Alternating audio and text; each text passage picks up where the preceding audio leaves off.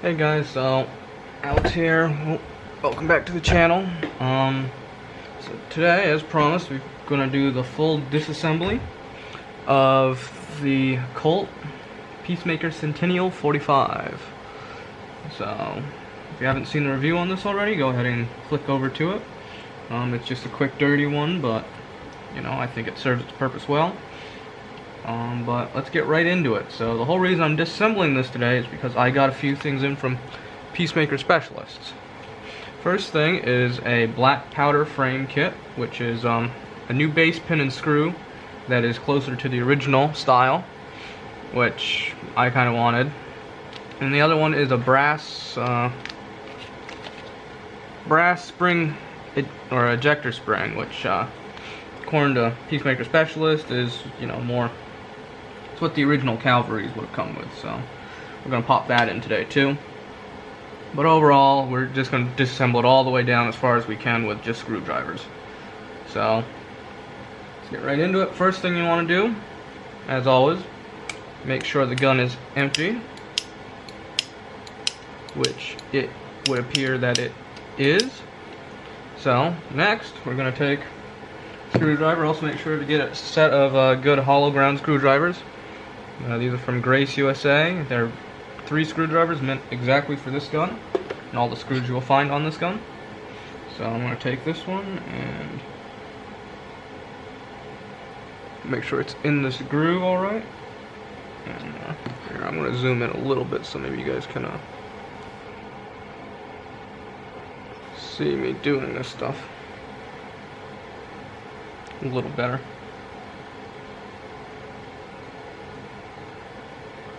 I'm just gonna unscrew it.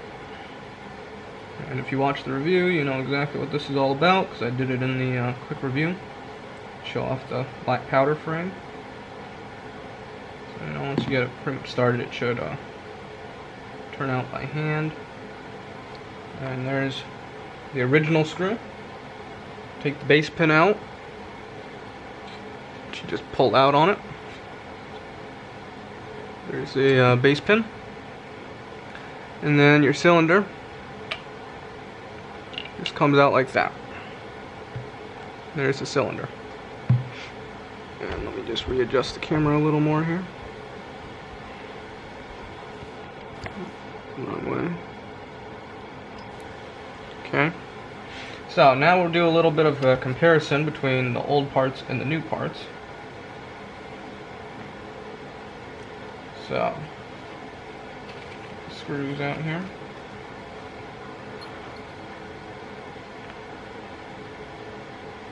Pretty much where you're going to notice the most difference is going to be on the screw itself. The base pin is just a little bit more contoured for the screw we're using, but pretty much this screw here, and again, sorry if you can't see it, but this screw is threaded all the way and then a flat bottom, where this screw is only threaded a partial way, just enough to be in the frame, and it's rounded out so that the base pin can slide around on it. That's pretty much the only difference. I can't really tell much more difference between the two base pins. Of course, many purists or collectors might say I'm ruining the value of the gun or something, but you know, it's already been shot. It's not like I'm melting these old parts down. They're going to be kept in the safe. So if I ever wanted to put them in, again, I can. I just, you know, for shooting, I prefer to have the original style. That's all. So, now that we've seen that, zoom back out so we can continue on with the disassembly. So we're going to be using these parts.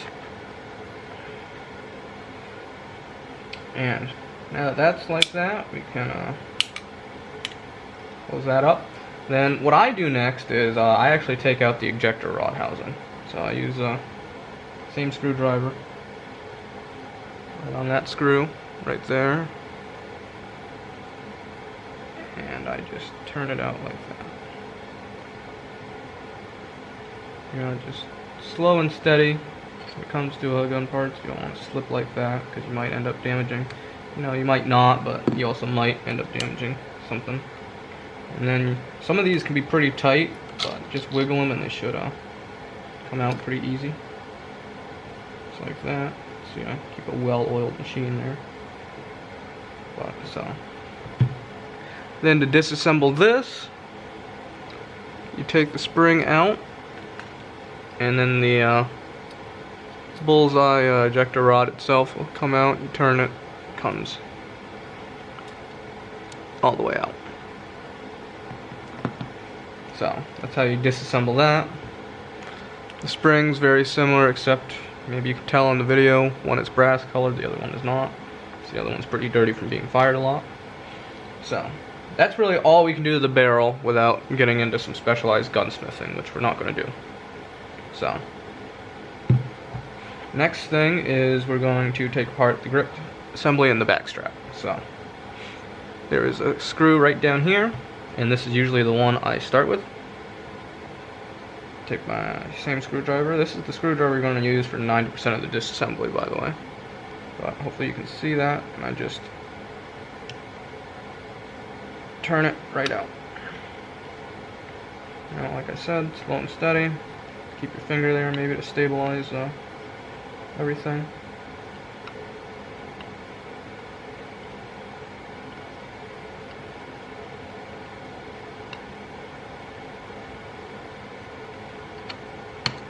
And it just broke free, as you could hear.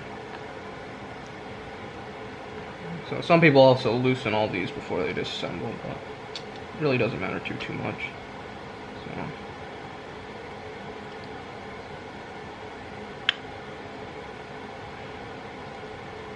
and actually what I like to do just to minimize damage the most is I like to start it with the big one, and then go in with the little smaller one, which still fits these grooves in the screws. And then I like to use the smaller one because there's less chance of me marking up the sides of the back strap and other stuff like other people who have had this gun tended to, as I could see from the back strap.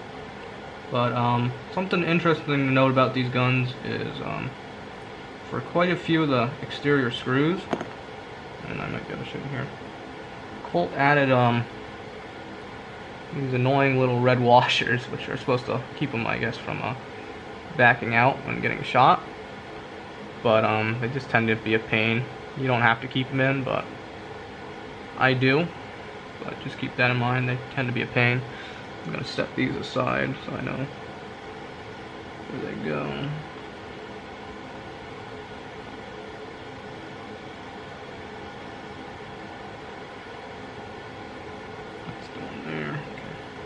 So, now for the last back strap screw. There we go.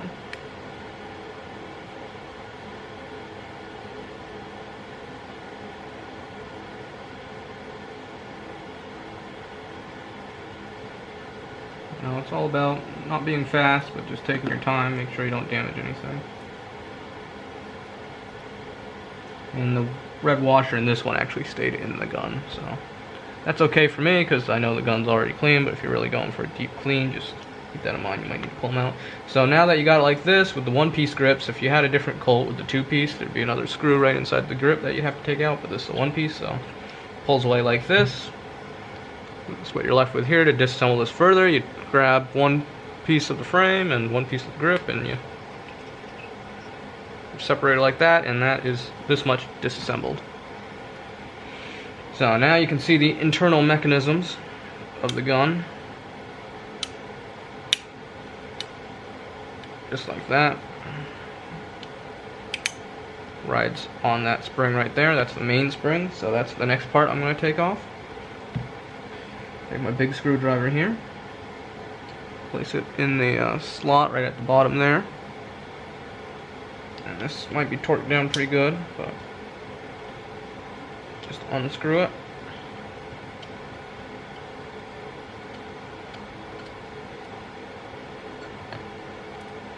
Like so, and eventually you'll get it loose enough where it's no more pressure on the spring, which is what you want. And then they come apart like that.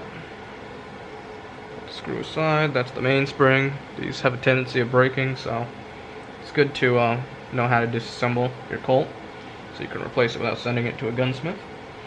So the next part is we're actually going to get the trigger guard out. And you'll notice that if you've ever shot like Rugers and disassembled Rugers, these are a little different because it's a two-piece strap system instead of a one-piece like Ruger. But overall, screw placement's very similar. So we're going to start them with the big screwdriver again. And I'm going to work my way front to back.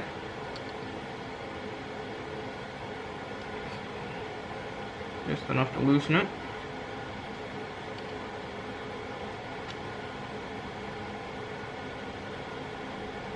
Again, just enough to loosen it. Last one. Only 3 screws here, guys. Just enough to loosen it. Then I'm going to go in with the small one now that all my screws are loose.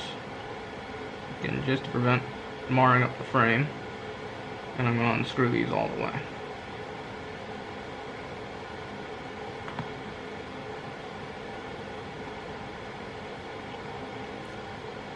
So this one, the washer came out with it.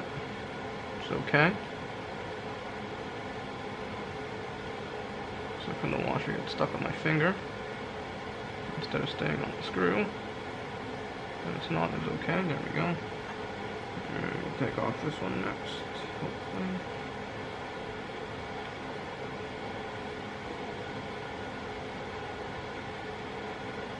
So you gotta start being careful here eventually because some of these screws help hold in other parts. So, you know, I think there's screws that help hold in like the loading gate and stuff. Just to keep that in mind. But I guess there's one more screw under here that holds in the loading gate. Ruger's might be a little different. But disassemble this last screw, and then this trigger guard is going to come right up. And take a screwdriver with it, apparently. Take the screw out. Screw guard now comes up and out. That's good. Now this is what our internal mechanisms here look like. We got spring for the cylinder catch. We got the trigger, which this also acts as a trigger spring. Then we've got the hammer assembly with the paw and wheel. So we'll start taking this down too. But before we do that, I'm actually going to take off our loading gate. Medium, large, whatever screwdriver this is, in the loading gate. Just start it. And take the rest down with the small one. And that's the screw for that. Take that, put it off to the side, perhaps. Nope. Sorry, guys. Of course, this is all one big assembly. And then see if we can shake it loose. So that's our loading gate out. And then I guess the spring and plunger want to stay in. There's the spring for it. Put that aside with this stuff. And get the plunger out.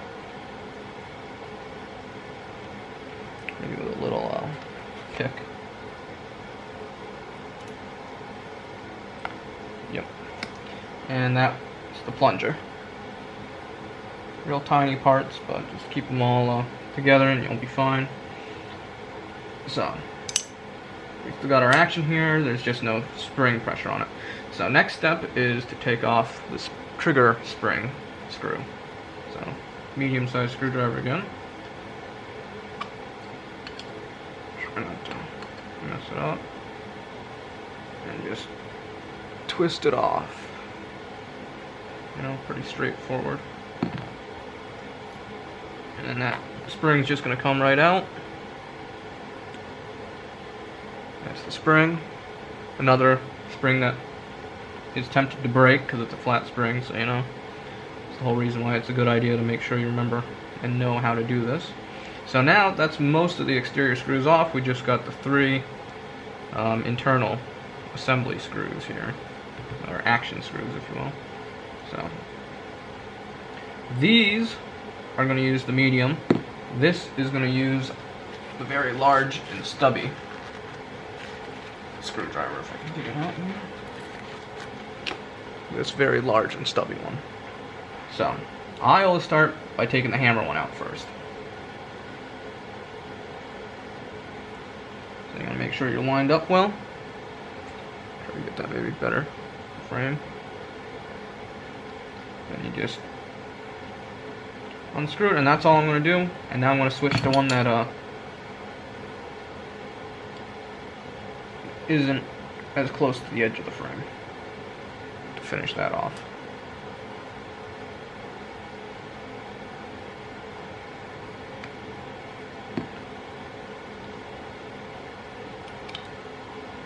And the washer came out with it, but that's okay. I think this screw is the only screw that has the larger size washer, so if you ever lose track of it, keep that in mind. That's the screw.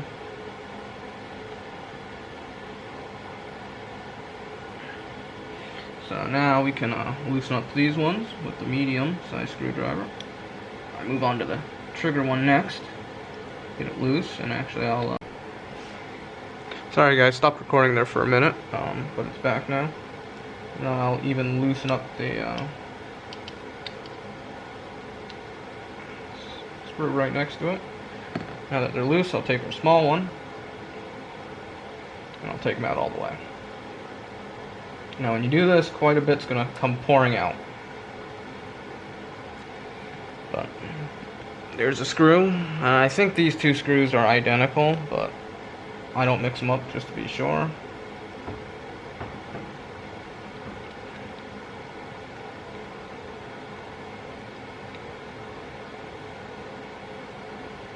Take this last screw out. And there you have it, all the screws are out now. And already the trigger is just falling right out. Next, we're going to take the hammer right out. Just by grabbing it, sliding it out. We can remove the hammer from the paw and the paw. Now, last thing that comes out, get the pick, is the cylinder lock latch. So now you've got an empty frame, and this is as disassembled as you can really get it without removing the barrel or doing any gunsmithing kind of work.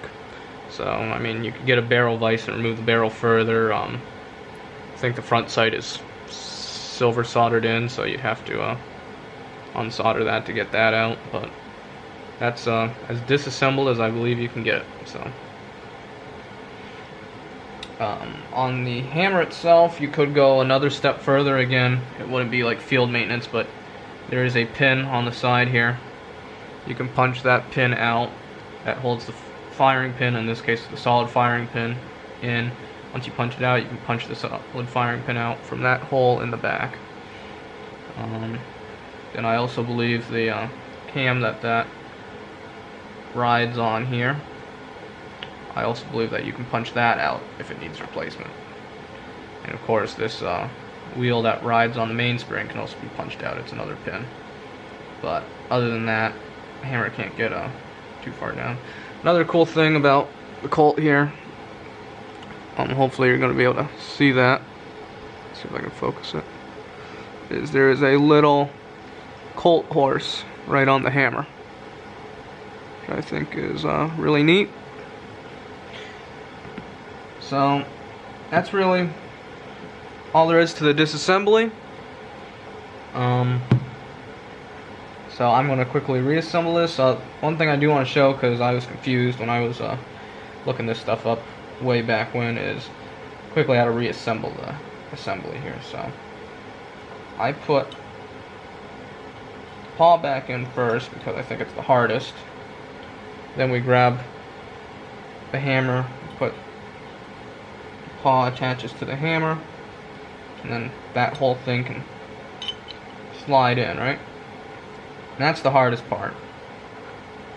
Then, you know, take our bolt catch, put that in, and then I'd put the screw in for it. Just, I mean, you don't need to tighten it down, but just so it's there. Same with probably the hammer assembly, you know. Doesn't need to be tightened down, but just to make sure you got it in the right position. So, we got our 2 screws in. I don't really think you can mess the timing up on this by putting it in wrong. I've done that on a old model Ruger before, messed up the timing by putting stuff in wrong. But next is the trigger. You know, isn't too hard. It goes in just like that. Then all it is line up your screw, and then all you do is we'll use the small screwdriver again. Tighten those screws down. Sorry about my fat hands being in the way here. Just slipped.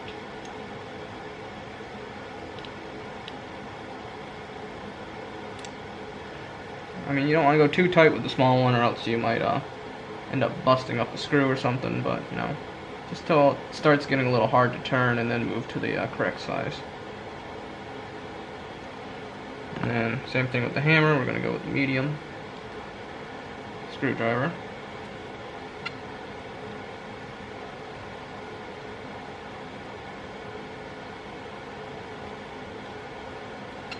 I'm going to screw that in, and then you can torque them down just a little. You know, don't go crazy because you bugger up the screws again, but you know, just an extra little turn.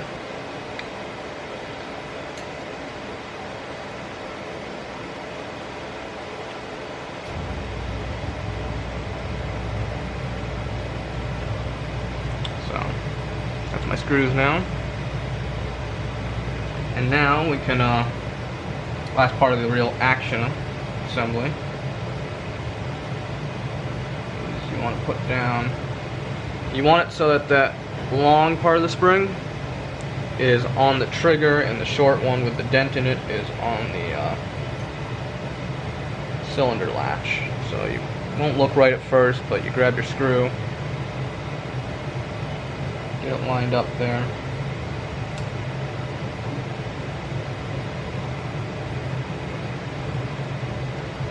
Slowly get it lined up where the hole is. Make sure it starts to thread okay. Hopefully.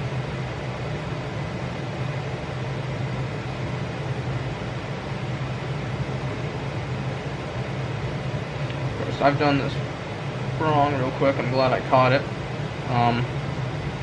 Before you start tightening that down, you need to make sure that mine had slipped off. The very edge of that is on the very edge of that little notch on the trigger, or else it won't go down and you'll end up fucking something up. I mean, buggering something else up. Then you twist that right down. Hopefully you can see it. There we go. That was the small one, and we'll switch to the medium one.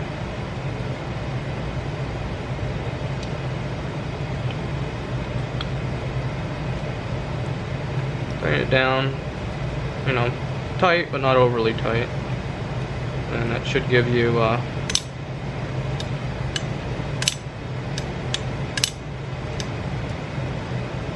how I always judge how tight to put that spring is put your finger on the latch and feel how tight that, or how hard that's going to hit.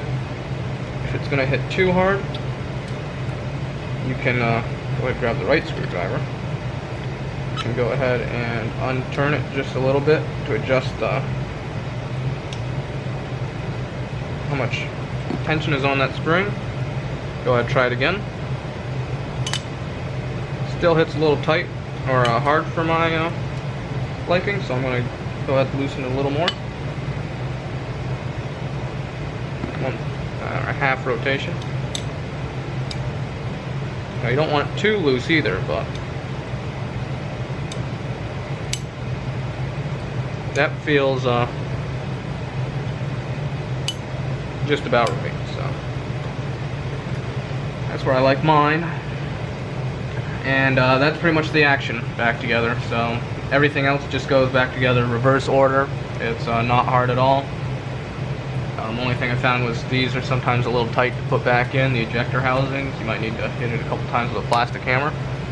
But other than that, that was the full disassembly of this gun. Hope you enjoyed it. If you liked it, look out for the shooting video on this. It's middle of March. I want to get out shooting. It's raining right now, so I can't. But it will be up soon, I promise. And if you liked it, remember to like and subscribe if you want to. I'm not forcing you, but it does help immensely, and it lets you know when I have another video coming out. So I've been Alex. It's been my Peacemaker Centennial, and yeah, hope you liked it. Bye, guys. Hey guys, so I just wanted to add one more quick thing. Gun is back together, as you can see, for the most part. Oh my gosh, I almost lost a screwdriver. Sorry. The brass spring is in. I don't know if you can tell, but it's in. Functions real good, feels good. So that is in. That was easy. It was all part of the reassembly. But I did want to show you guys putting in the Peacemaker Specialist black powder, the new pin and stuff. So first thing we're going to do, half cock the hammer, open the gate up, grab your cylinder. Carefully put your cylinder in. You don't want to scratch it too much against the inside of the frame. Now that your cylinder is in, I close this up to help line it up. So we grab our new pin. I want to just dab a coat of oil on this to ensure it slides smoothly.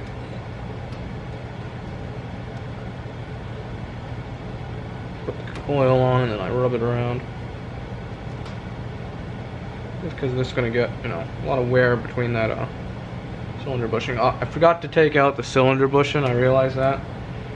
So I'll do that now. It wasn't a complete disassembly without taking that out, right? I think I take it out in my other video, but essentially it just grab it and just pulls out. That's the disassembly there. It's the only disassemblable part on the cylinder. So we'll put this back in now. Hopefully.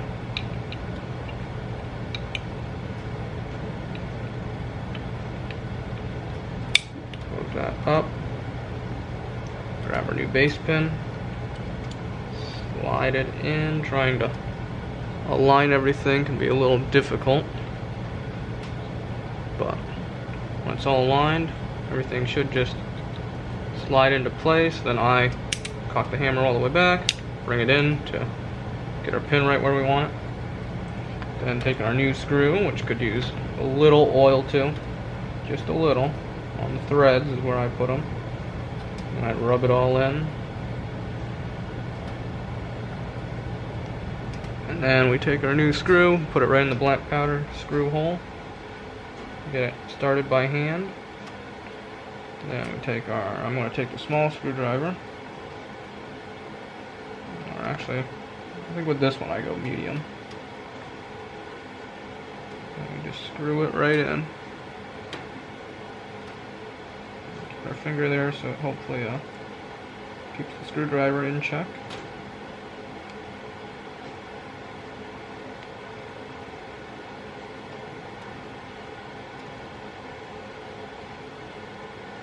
And tighten it down. Doesn't need to be too tight, I would hope, but I mean that shouldn't move now though. You know, the other one had to play back and forth. This one does not, which is nice. So there you have it, fully complete with the Peacemaker Specialist upgraded parts, the brass spring, which is really nice. A little firmer than the other one, but that's okay. I'll work that. So this is the last part of assembly and disassembly. Is you want to make sure all your parts still generally work. Which, between you and me, it would appear that they are working. Because if I half cock this, that lines up. I can punch it out.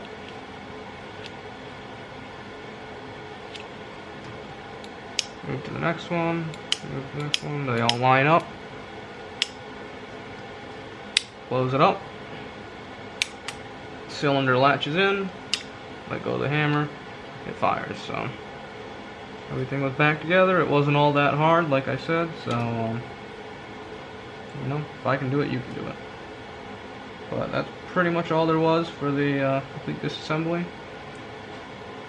So I said it before, but see you in the next one, guys. And thanks for watching. Bye.